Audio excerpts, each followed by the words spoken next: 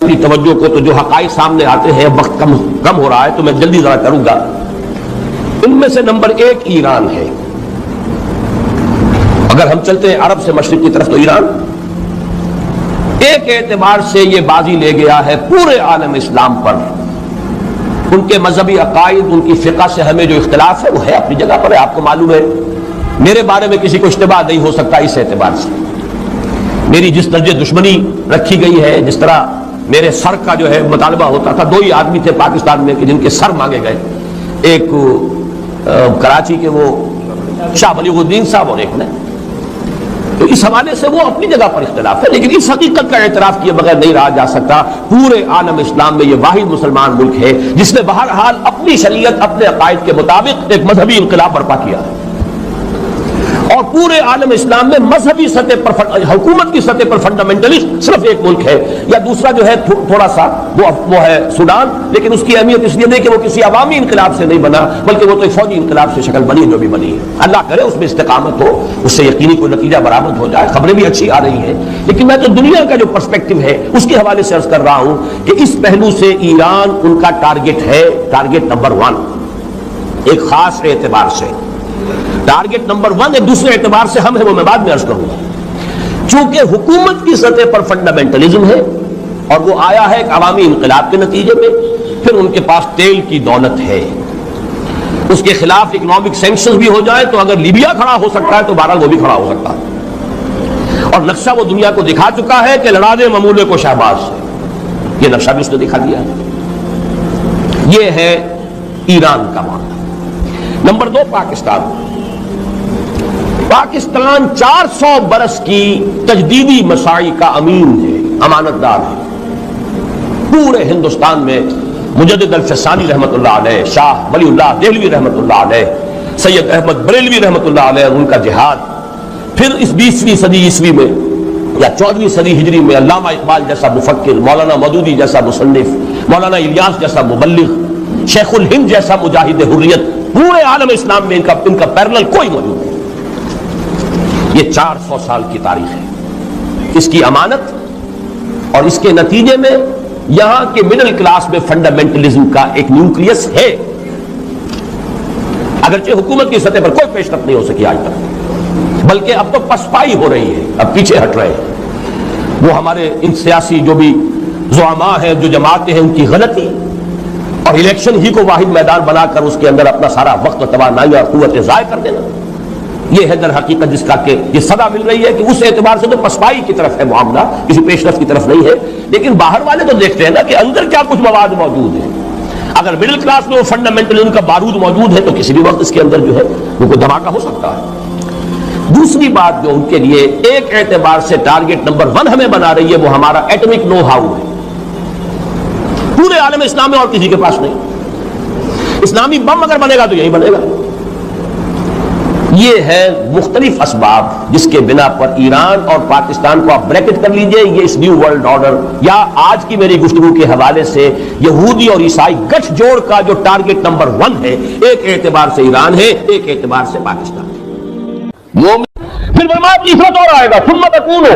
ملک عاظم ظالم ملوکیت، بادشاہی، محل بنیں گے، ٹھاٹ جمیں گے، ظلم کا سکہ روا ہوگا، ناجائز قتل ہوں گے۔ حجاج ابن یوسف کے ہاتھوں سینکڑوں تابعی محمد ابن قاسم بلا کر شہید کر دیے گئے، ورنہ اسی وقت پورا یہ جزیرہ نما ہند جو ہے، انڈین پیننسولا، اس وقت پورا کا پورا مسلمان ہو جاتا۔ لیکن ملوکیت کو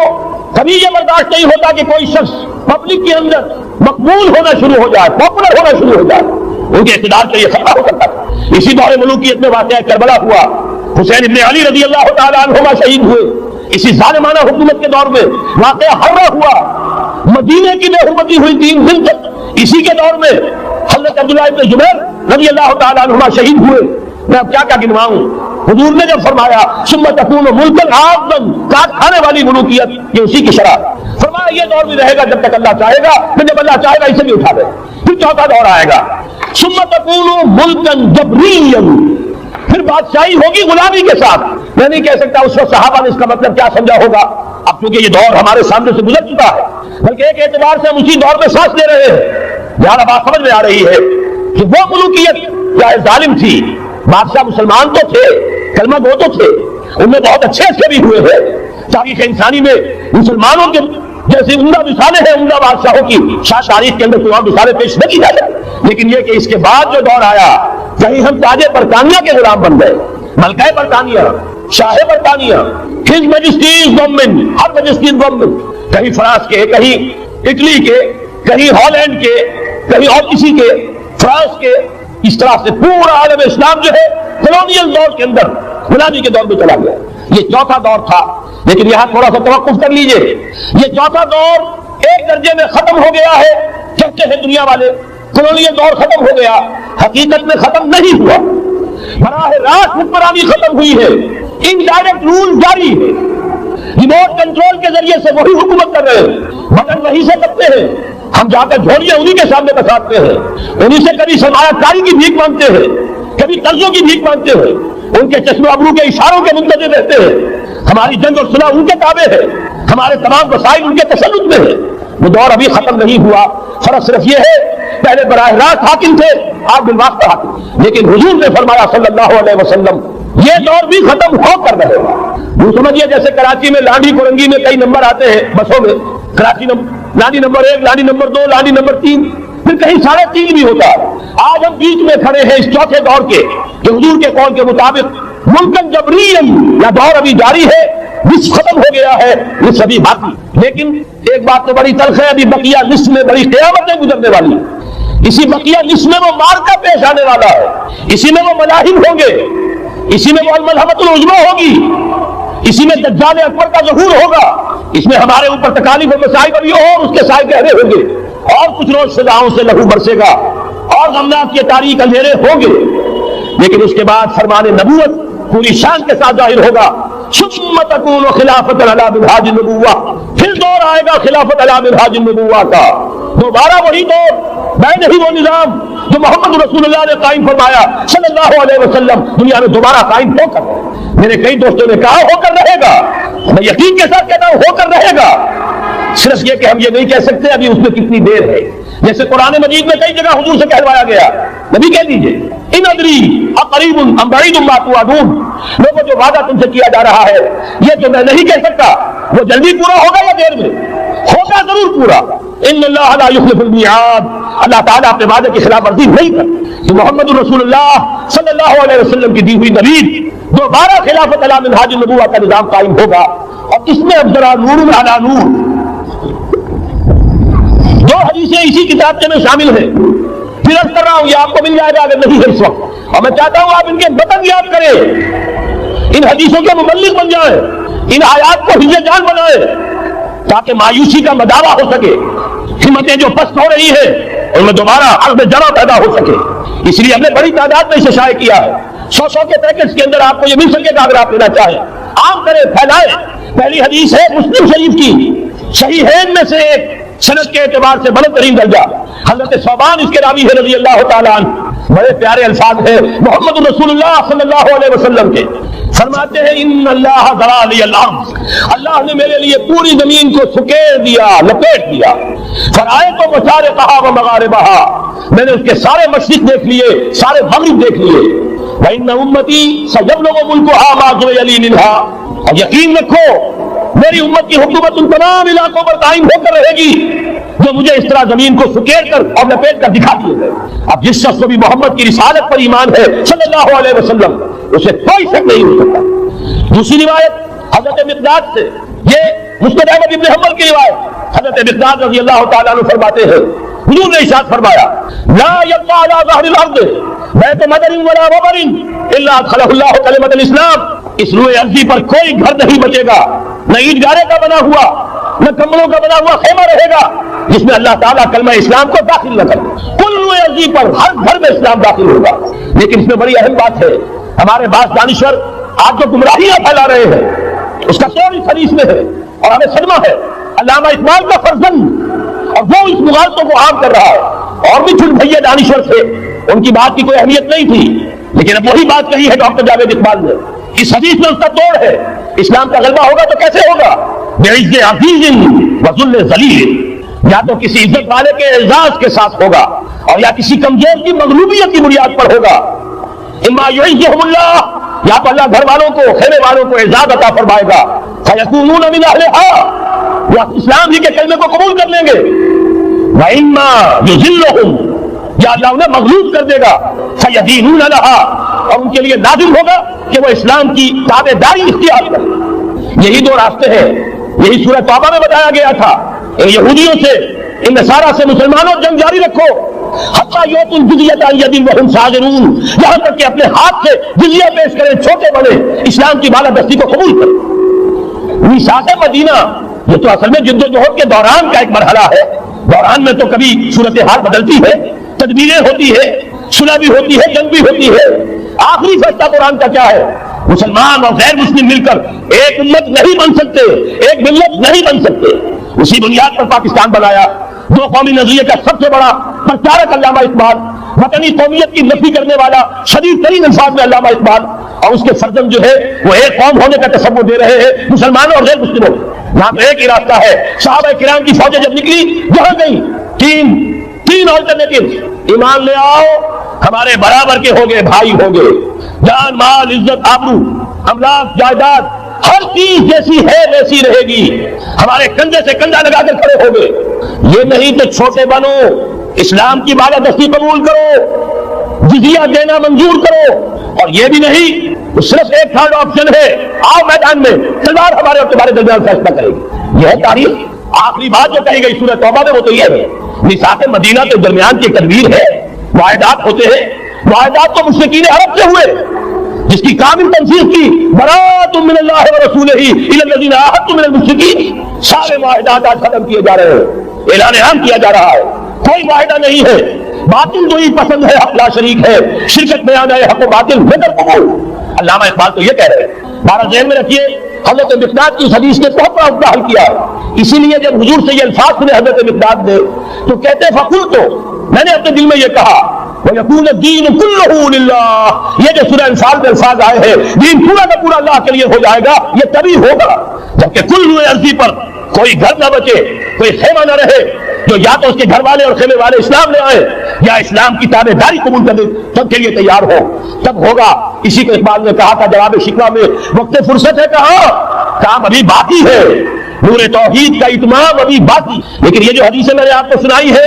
علامہ اقبال نے در حقیقت انہی کا نقشہ کھینچا ہے۔ آسماں ہوگا سحر کے نور سے آئینہ پوش، اور ظلمت رات کی سیما پا ہو جائے گی، پھر دلوں کو یاد آ جائے گا پیغام سجود، پھر جبھی خاک حرم سے آشنا ہو جائے گی۔ آنکھ جو کچھ دیکھتی ہے لب پہ آ سکتا نہیں، محو حیرت ہو کہ دنیا کیا سے کیا ہو جائے گی، شب ریزہ ہوگی آخر جلوہ خورشید سے، یہ چمن معمور ہوگا نغمہ توحید سے۔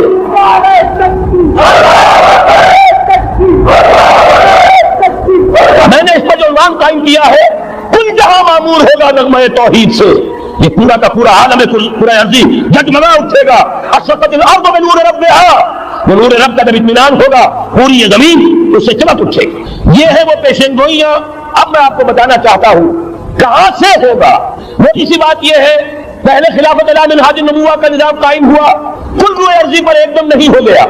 ایک ملک جزیرہ نما عرب، محمد رسول اللہ صلی اللہ علیہ وسلم والذین معہ رضی اللہ تعالی عنہم اجمعین، ان کی جد و جہد، ایثار، قربانی، اس کے نتیجے میں جزیرہ نما عرب وہاں یہ نظام قائم ہو گیا، پھر پھیلا، پھر توسیع ہوئی۔ 3 لشکر نکلے تھے، مشرق مغرب شمال، شمال میں اوسیائے کوچک ترکی کا علاقہ، مشرق میں خراسان تک، مشرق میں یہ ماوراء النہر تک، مغرب میں بحر اوقیانوس تک، دشت و دشت ہے، دریا بھی نہ چھوڑے ہم نے، بحر ظلمات میں دوڑا دیے گھوڑے ہم نے۔ اب بھی یہی ہوگا، کسی ایک جگہ سے ہوگا۔ یہ میں اب آپ کو بتانا چاہتا ہوں کہاں سے ہوگا۔ پہلے اس کے جو شواہد ہے وہ سمجھ لیجئے، پھر حدیثیں میں سامنے لاؤں گا۔ میں نے عرض کیا تھا کہ مغرب سے یہ سیلاب نیو ورلڈ آرڈر کا چلا، جو کہ در حقیقت یہودیوں کا مالیاتی نظام ہے۔ اس مالیاتی شکنجے میں انہوں نے یورپ امریکہ کو جکڑا ہوا، اس کے بعد ان کی فتوحات کا دائرہ عالم عرب ان کے شکنجے میں آ چکا۔ ابھی آپ نے خبریں پڑھی ہوگی، اب تو ہزاروں فنڈامنٹلی سعودی عرب میں گرفتار ہو رہے ہیں، علماء گرفتار ہو رہے ہیں۔ یہ ساری حکومتیں جو امریکہ کے ایجنٹوں پر مشتمل ہے،